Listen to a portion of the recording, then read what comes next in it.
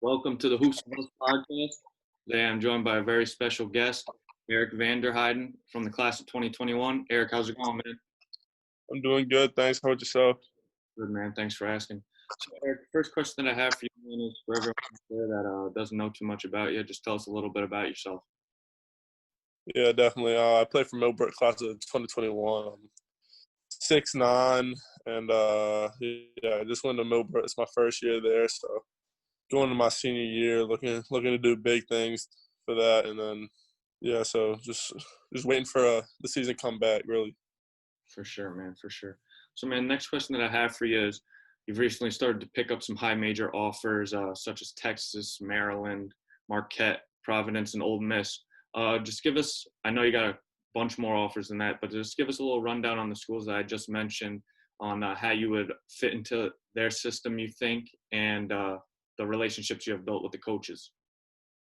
Yeah, definitely. All those schools are recruiting me to be an impact player, really, and play that small forward, shooting guard, and really stretch forward position, just playing versatile basketball and having me switch and a lot of different things I can do with the ball. So and the relationship I built with the coaches is really good so far. I mean, all the coaches are great people. So throughout like the Zoom calls I'm having with them, phone calls, texts, just keep trying to build that relationship and trying to help me figure out what school I fit best at.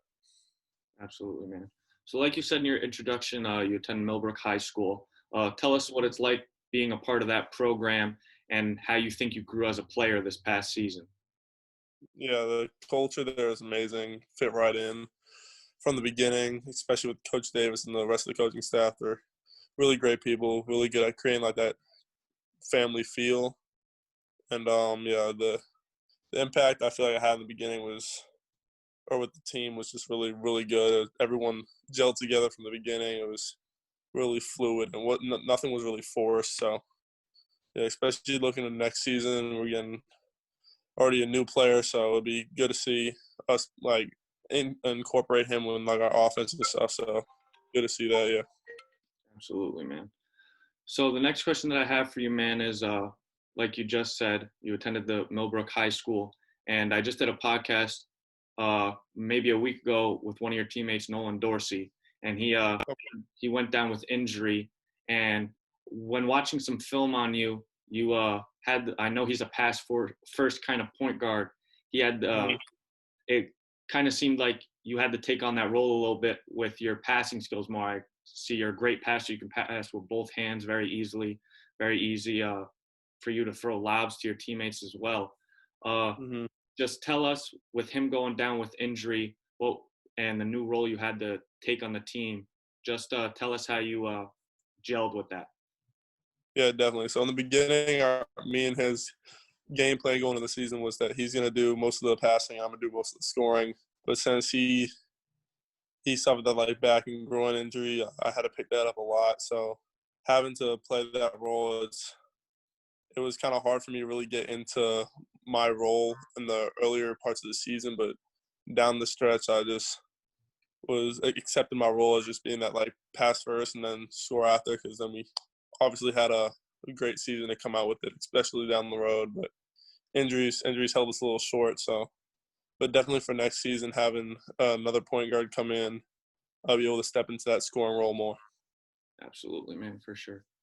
So, man, in this past 8 months, you blew up with the recruitment process. Picked up a ton of offers. Mm-hmm. Your rank went up. Just tell us what you think that you need to keep doing and what you need to improve on. You would say to have your stock keep rising in the recruitment process. Definitely, yeah. So something I need to like keep doing obviously would be shooting the basketball. I shot 49% from three, so I'm definitely gonna try to keep that up for next season, and then as well as like my passing, my lob throwing, and getting my teammates open. I'll definitely continue to do that. And stuff I need to work on is really just my footwork, and athleticism a little bit, just so I can bang with some other players and live like above the rim in that sense, and not just on the fast breaks, but like going down the lane, and just putting it on someone's head, just stuff like that. So looking to be more of like an aggressive player, more score a lot more next year, definitely. So yeah. Absolutely, man. Absolutely. So next question I have for you, Eric, is play with Team Wall on the Adidas circuit. Just tell us how you got involved with playing with them, and off the top of your head, if you remember some of your most memorable moments from playing on the Adidas circuit.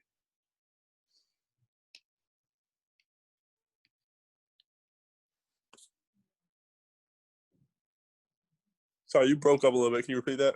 Yeah, it's all good, man. I said you play with Team Wall on the Adidas circuit, and just tell us how you got involved playing with them, and if you can remember any of your most memorable moments from playing on the Adidas circuit.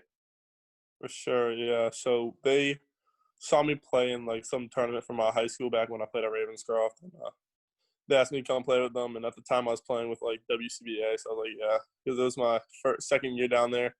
So I was like, yeah, definitely I'll come play for y'all. And then just down the road, we started building a bond with like the coaches and my teammates and stuff. So I stuck it out for a couple more years, and then like my most memorable moment was definitely some of the times we had like in the hotel room and just like messing around with the teammates. It's always like good time with them. So yeah, it's just like funny things like that. Absolutely, man. Yeah, for sure. Mm. So, man, next question that I have for you is we're going to dive into your game a little bit. You're 6'9", small forward with all the guard skills. You have unlimited range. You can, like you said before, you shot 49% from three this past season. And like I was talking about a little bit earlier in the interview, you're a great passer too. And like I said, you can pass with either hand. What would you say is one part of your game that you would like to improve before AAU season, if AAU season starts back up again this year, and for next season at Millbrook? Yeah, definitely. Like I said before, I'm just really trying to work on my legs, get a lot more explosive, a lot more agile. So that's definitely the number one priority. And then next would be like my finishing around the rim, just so I can take contact and still finish. Those are probably the two things I'm really focusing on in this offseason. Absolutely, man. So I know Mm-hmm. this coronavirus going around right now has kind of shut down the basketball world, but it hasn't stopped the recruiting process from coaches reaching out. Uh, how has this pandemic changed the recruitment process for you, would say? I know like me and you are on a Zoom call right now. I know a lot of coaches have been doing that.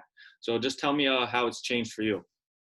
You know, like you said, it's just like a lot of Zoom calls, a lot of phone calls. Hence, like this would be the time I'd be going out there in person and Mhm. checking out schools. So we're trying to do it all online now, which is kind of crazy to think about.